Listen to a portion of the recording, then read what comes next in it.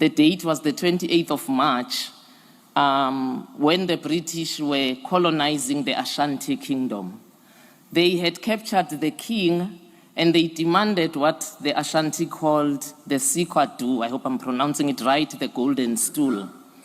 The golden stool is not a stool. The golden stool is kept in all pre-colonial Africa by the Queen Mother. That's why if you go to Eswatini today, the Queen Mother's photo is always above that of the king. She rules the spirit world and the psychological world. He rules the physical world, which is easy to rule, by the way. So they demanded the golden stool because they understood that the power of the Ashanti people came from that stool. For them to conquer the Ashanti, they had to capture it. The men, because they felt sorry for their king, were about to capitulate. When Asantewa, who was the Queen Mother, this was her son, rose to give her famous speech. I will read just some parts of it. How can a proud and brave people like the Ashanti sit back and look while white men took away their king and chiefs and humiliated them with a demand for the golden stool? The golden stool only means money to the white men. They have searched and dug everywhere for it. I shall not pay you one predwan to the governor. If you, the chiefs of the Ashanti, are going to behave like cowards and not fight, you should exchange your loincloths for my undergarments. She then subsequently rose and shot her gun into the air, assembling warriors to the number of 5,000 whom she led to war against the British. Before they started the war, she gave them another chant. She said, "Brave men of Ashanti, we are now faced with a serious confrontation by the governor's extremely provocative request for the golden stool, which is the religious symbol of unity of the Ashanti nation." Not quite long ago, the white men came and unilaterally occupied our God-given land, and by force of arms declared war on the Ashanti and made us a protectorate. We should also not forget that during the reign of King Karikari, the aggressors waged a senseless war on us, destroyed the seat of the Ashanti monarch and burned our palace to the ground, and bequeathed all its possessions. Taking our brave men for a ride, the governor arbitrarily arrested and deported her king together with some prominent Ashanti chiefs without you men raising a finger. Today, he has come again to demand the golden stool. Gallant youth and men of our fatherland, we shall not sit down to be dehumanized. We should rise and defend our heritage. It is better to perish than to look on sheepishly while the white man, whose sole business on our country is to steal, kill, and destroy, threatens to rob us of our golden stool. Arise and defend the golden stool from being captured by foreigners. It is more honorable to perish in defense of the golden stool than to remain in perpetual slavery. I am prepared and ready to lead you to war against the white man. How does that link to reparations and to reparative justice? I think when we demand what was stolen from Africa, we call them artifacts. Sure, some were artifacts, but not all of it were artifacts. A lot of what the white people stole from us is our spiritual heritage that they use now to govern us. They wanted the golden stool so desperately they were prepared to go to war for it because they knew the power of the golden stool. So I think for the next 3 days, as we continue to explain and define what reparations are for us, we should remember that when we come to material reparations, which are the physical things that were taken from our continent, we should remember that our national altars, as we sit here, still lie in Europe, except for Eswatini, for they never captured their national altars. That's why they are the only country amongst us which still keeps the Queen Mother. I think secondly, as we deliberate on this, Jason and Aphrodite and all of us, let us remember that we are not asking for reparations for slavery and colonialism. I think at Uplift we are saying there's a third missing word there. We are demanding for reparations for slavery, colonialism, and neo-colonialism. Because illicit financial flows is a perpetuation of neo-colonialism. They were prepared to remove the colonial administrator, the colonial soldier, and their flag because they already knew that they have a second new way, which is what neo means. They have a new way on which they will extract resources from us. And that has continued through the pillaging of our natural resources, but also through illicit financial flows. So we are not demanding what happened, we are demanding for what is still happening. And I wish that for the 3 days coming, we shall all live with one united definition, unflinching, of saying this is what we want and this is our program. Mandla! Mandla! Maibuye! Maibuye! Shame on you Africans, shame on you Africans. You went to school as a visitor, not to be educated. How is it possible that your resources is being taken and those who are taking your resources promising you that good life is in the even? Don't struggle with life in the world. The good life is in the even. Right now, many Africans are struggling to prepare a good life of the even. We are fasting and praying day and night to prepare a good life in the even, while those who are told us those stories are not waiting to go to the even. They are collecting everything. They are collecting minerals. Yesterday I was shocked when I saw the tons of gold reserve that US has, but Africa, we have a few, while Africa is the main producer of gold. Yes, greetings all of you brothers and sisters here in the continent, and to you who are in the diaspora. It's my hope that you're okay, you are doing well. There's something that I want you to understand. Why Africans, we play a lot, but it looks like our God don't hear our voices. Maybe it's because we use other languages, we use English, we use French, we use Spanish. Maybe God or African God does not understand the language that we use. Or maybe we are using ancestors of other people. We are using maybe Moses, we are using Ibrahim, we are using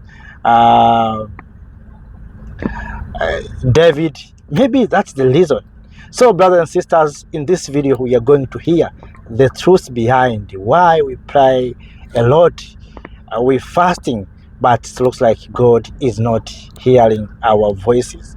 It looks like our God is ignoring us.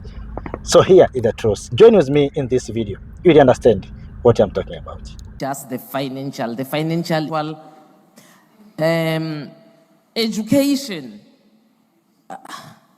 I don't know why we still teach Africans about Pythagoras as if Pythagoras was a white man.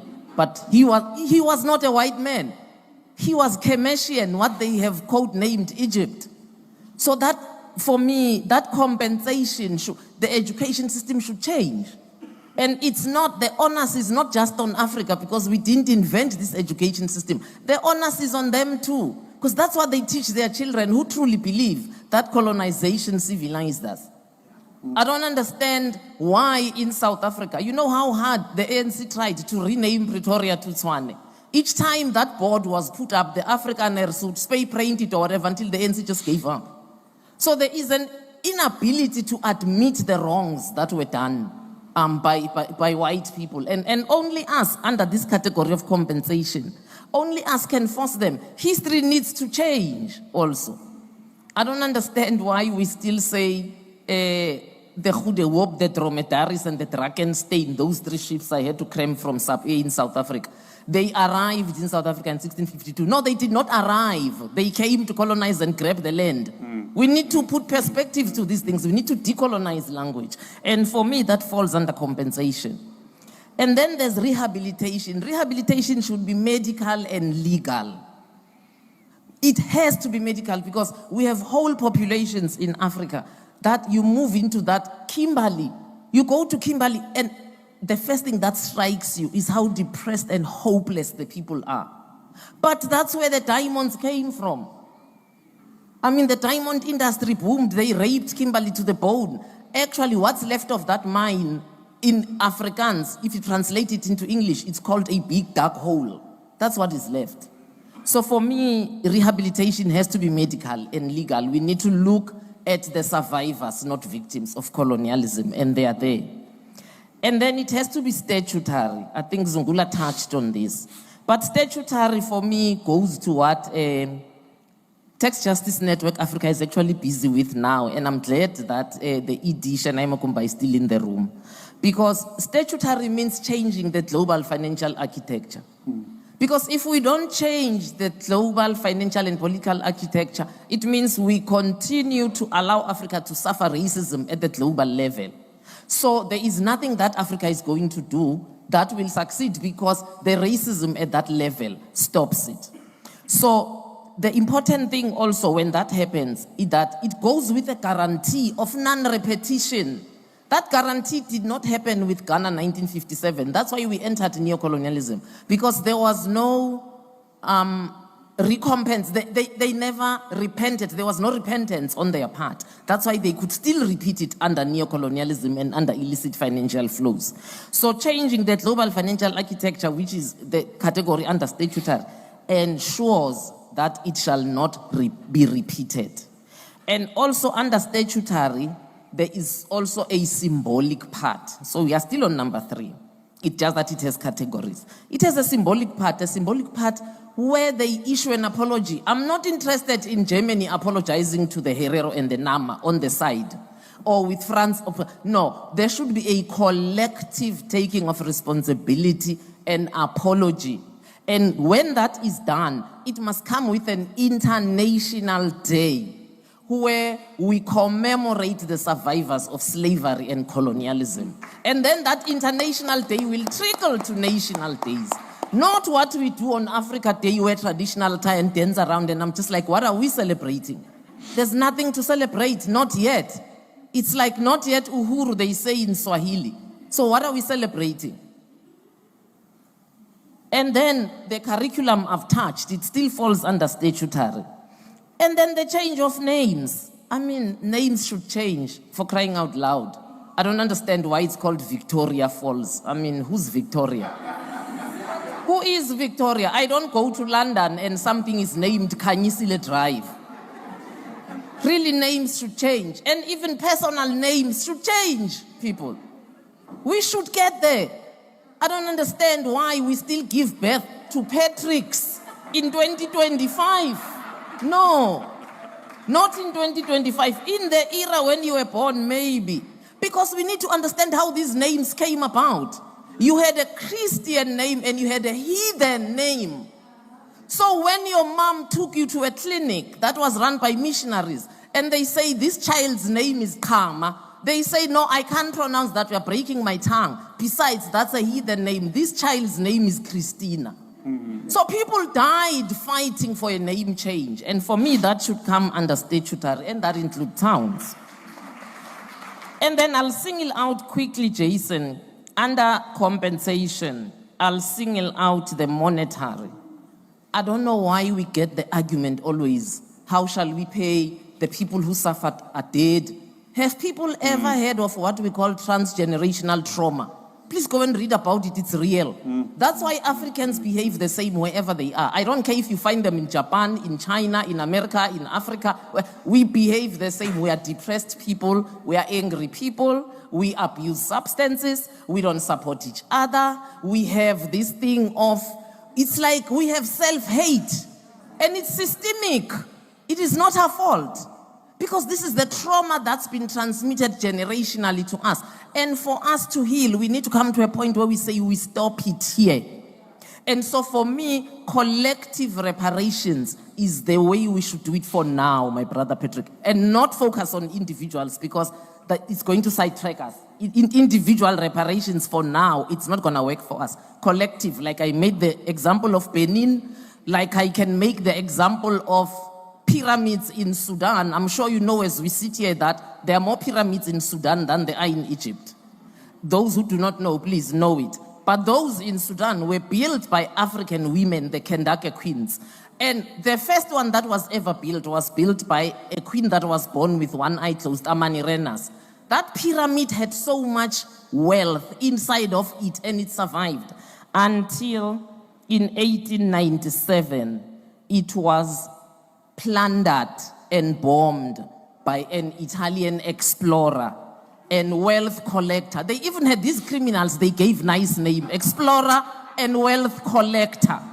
Giuseppe Fellini. He plundered that pyramid. Oh, they actually also called them treasure hunters. He bombed it, took everything in it. We still do not know. Italy must tell us. I know that the president of Italy was talking so much about the one in France. We actually need to ask her to find the descendants of Giuseppe Fellini for us, because we want the contents. So for me, though, that's collective. You know where the Shona land is in Zim. You know what was done to Shona land. So for me, to pay reparations to Shona people as a collective is easier. To pay reparations to Zulu people, it's easier. The desecration of Matobo Hill, sacred for Shona people, it needs to be paid for. So we know how to articulate collective reparations, Jason, and not individual ones. So, last minute, just a reminder. We said they can happen in 4 parts: restitution, compensation, rehabilitation, and statutory. If we all adopt a definition by the time we leave here, then it's easy for Uplift. For me and Zungula and the MPs who are here, we know what to tell our MPs to fight for. But as long as it is loosely flung and we don't know what it is somewhere at the back of our minds, our job is not easy. Thank you.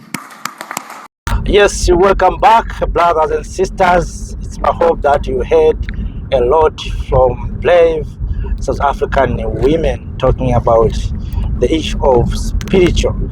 And at the beginning, I spoke on the issue of why Africans, we pray a lot, we fast, and yet it looks like our God does not hear our voices. Our God looks like not answering our calls.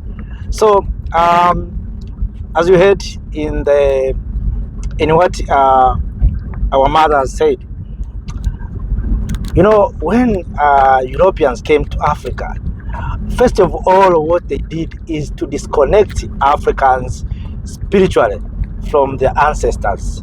Right now, we can pray, we can fast, but we cannot get the answer that we desire. Why? Because we are spiritually disconnected to our ancestors.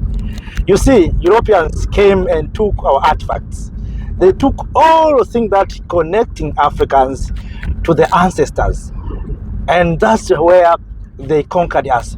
Today you see Africans, we fear Europeans. When we see Europeans, it looks like we have met with maybe lion. We fear a lot from other civilization. Why? Because we are spiritually weak. We are spiritually destroyed. So when you see white people, it looks like you have met with lion. You have met something that is different. That's why sometimes you wonder that you find our leaders going to the meetings to sign contracts. So outside, it looks like they are so brave, they're so powerful. When they enter into the meeting to sign a contract, maybe mineral contract, you find that our leaders, even to lead that document, they are not leading that document. What they do is to find a place where there's to put signature. Our leaders are only finding a place to put their signatures. That's what they're doing. Why? Because we are spiritually conquered, we are spiritually weak. We think that what Europeans have already designed and done is okay. And that's where we were defeated. And this issue is destroying our mother continent, Africa. So we need to go back to our roots. We need to go back to our ancestral ways of connecting Africans with our ancestors.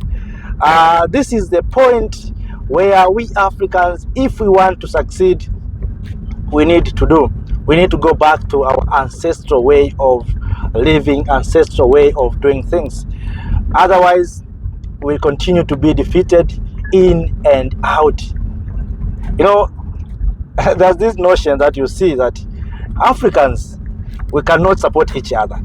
Africans, we cannot help each other. But Africans can help Chinese, Africans can help Europeans, Africans can help Americans. But when it comes for Africans to help each other, it is difficult. Why? We are spiritually disconnected, and we have been destroyed generation to generation to see that we are enemies. We are not equal. You see, it's because of spirituality disconnected to our ancestors. And that's why till today you see Europeans, they are still hiding our artifacts. This artifact that we call artifact, it's not about artifacts, it's about spiritual tools to connect Africans. It is not artifact as maybe, sometimes they're telling us it is maybe arts, craft, something. It's not about art and craft, it's about tools to connect Africans. Have example that they took in my homeland, they took the drum. At that time there's a drum that if there's something that is not abnormal, something that is abnormal, maybe there's a death, maybe there's some danger, that drum, without having beaten by anyone, that drum was crying automatically. No one is touching that drum. When it senses that there's something that is not okay, not good, there's some danger, that drum as crying. You see, it is beaten by unknown, and that drum has different sound.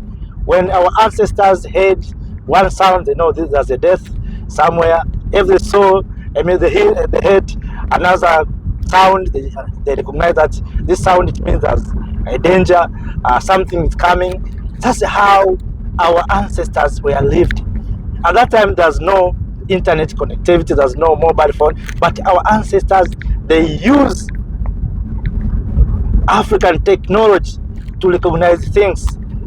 And when colonizers came, understood that these are things that are connecting Africans to their ancestors, what they did is to take those things and destroy those things. Right now, every African, if you die, if you are Christian, they put that cross, and we say this is the sign of to understand that the one who died here is a Christian. If you are Muslim, they know how to put. But in Christianity, you find these crosses. You see, and yet we have been told that this is a sign of Christianity. You see, I think there's something behind that sign, and that's why today you cannot talk to your ancestor. But Europeans are continuing, Chinese are continuing to speak with their ancestors. It is only Africans who have been destroyed, Africans who cannot speak to their ancestors. Other civilizations are doing so. So I hope African Union, African Union and Caribbean community, also diaspora, this next week they are going to have a summit. Of course, among of the issues that will be discussed is the issue of reparation. But I hope when we talk about reparation, let us demand our artifact to come back. Let us demand spiritual tools that connected Africans to the ancestors to be returned. Because those things are the things that connecting Africans with their ancestors. Right now, Africans, you can take Africans to all the schools that you know, that good school, whether it is good school, good universities, but Africans cannot innovate. Why? Because Africans, we are spiritually disconnected to our ancestors. We are spiritually disconnected to our roots. So we need to make sure that as Africans, we go back to our roots, we go back to our ancestors, so that from there we can start innovating. You know, when people are saying that Africa or Africans, we don't have technologies, you wonder, how is it possible that Africans process the gold? If you are familiar, people are talking about Mensa Musa, people are talking about the Benin War, Monomotapa Empire. If you look on those history, you find that kings and queens were using gold tools, gold cups, gold king, you see, Jews. So I think that is implying and telling us that our ancestors were technologically high than Europeans. Who built the pyramids? You know what the people right now have been told, that those pyramids were built by or constructed by Egyptian. No, Egyptian. The current Egyptian, it is not the Egyptians that were constructed those pyramids. Those pyramids were constructed by black people, and that's why we are always saying even Jesus was black, because when things happening in Israel, according to the history, Jesus learned to Egypt, to hide in Egypt. How can you hide to the people who are not looks like you? You see, how can you like people like me can go and hide into Japan? Is it possible? No. Jesus went to Egypt because Egyptians at that time were Africans, were black people, and they are those who created the pyramids. But people, because at that time we didn't write anything about our history were written by other people. They took everything from us as if we Africans, we didn't done anything. Have a history. If you can Google. There's someone in East Africa, I think it is Tanzania, a man who stand on the stone and leave his feet there. The sign of feet remain in that stone. So all these things showing that Africans were great since then. But today, people are telling you that Jesus walk on top of water.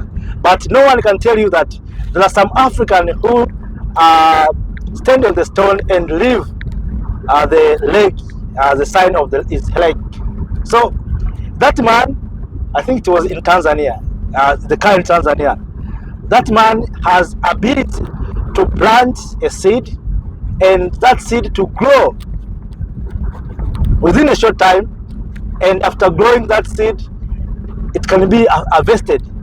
So you can see how Africans, we were technologically high, and all those things showing us that Africans, we were technologically high, we were powerful. But because history were written by other people, our history was told by other people, no one can tell you that story. That story, people can say that was a witchcraft, that was a witch man, that was not a normal people. But when it comes to African issues, we are witches. When Africans doing wonderful thing, we say these people or this man or this woman is a witchcraft. But when Europeans are doing things, good things, these are sand. You see, so Africans, we need to move out of these things. We need to move out of mental slavery. Our things, it looks is witchcraft, is bad, but only things for Europeans are only good things. Right now, Africans in Europe are immigrants. That's the reality. If you are African, you are in Europe, you are immigrant. But if you find Europeans or Chinese in Africa, they are investors. We call them investors. You see? But Africans are immigrants. You see? If maybe you find Africans in the bush, maybe hunting, they are called poachers. But when European or white people are found in the bush hunting, those are called hunters. You see? That's how we were designed. We were designed to eat each other. We were designed not to love ourselves, to call ourselves bad names. Today, our children are being taught that Satan is black, devil is black. How is it possible devil is black? But Angels are white. So we grow up and understanding that if something is black, it means it's bad. And that's why sometimes you find people are wearing black suits when they go to the funeral. That black things is for bad thing. People are wearing white clothes when they celebrate or for marriage, something like that. That's how we were designed. So we need to move out of those things. And to move out of those things, we need to emancipate ourselves mentally. We need to emancipate ourselves from mental slavery. Because we can say we went to school, yes. If we educated, we can say we have university education. What our education in the university designed us. We were designed to become job seekers. That's what's happening. We went to school not to change things on the ground. We went to school to be hired by white people. So all of us, we were taught manuals. That's why sometimes you wonder that we have Africans who can fix their car, but they cannot create their own cars. Africans can fix engine, but Africans cannot create their own engines.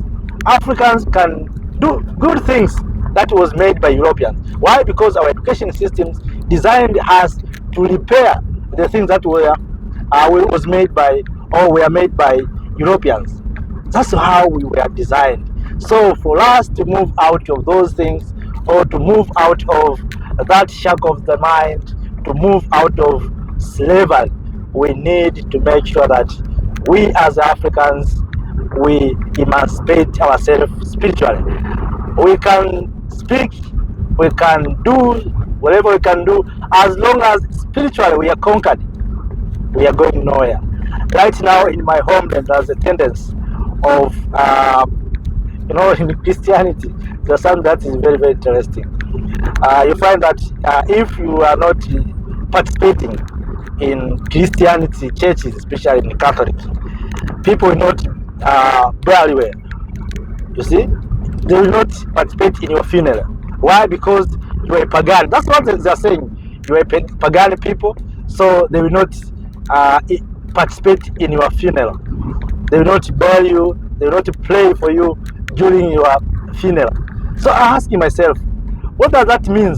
That you are saying you're a man of God, you love all people, and you believe all people were created by God. But when this man that is not, or who is against you, you cannot pray for him. And yet, you are promising us that if you do well, you do good things, you are going to the heaven. And yet, it's the same people who are telling us, preaching us about heaven, are saying that they are not collaborating with a man who is not praying in their religion. So that's how contradiction is coming.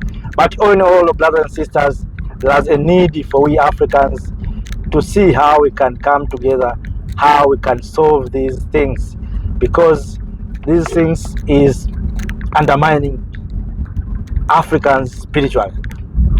We need to go back to our roots. Right now, Africans are busy finding position in the heaven. We want to build our life in the heaven. Right now, if you go in Africa, you find a lot of churches. People are being promised good life in the heaven. Live in trouble in the world, in your homeland, because the good life is in the heaven. This notion.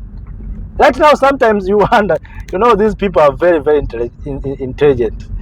They are telling Africans that good life is in the heaven. So don't worry, you will get good life in heaven. While they are taking our natural resources, they are taking our minerals, and they are telling us that good life is in the heaven, where you will find a good life, where you will find the table and chair of a God. Good things are there, but themselves, they are taking our resources. What does that mean to us? And Africans, because of ignorance, we are accepting these things. This is stupidity we are accepting. So we need to emancipate Africans spiritually. We need to emancipate Africans spiritually. We are spiritually defeated. We are spiritually conquered. We are spiritually defeated. So we need to move out of those things. How can someone tell you that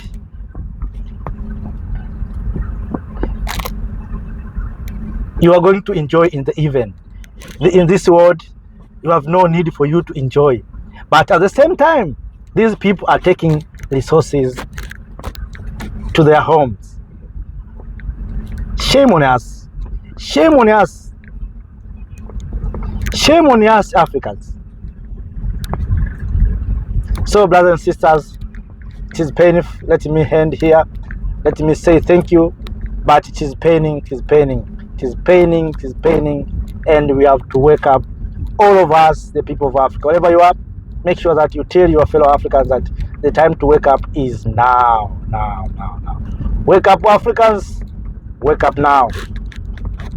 Thank you, Africa, Mama Africa. Oh, yeah. You make Africa great. Thank you, Africa. Thank you, Africa.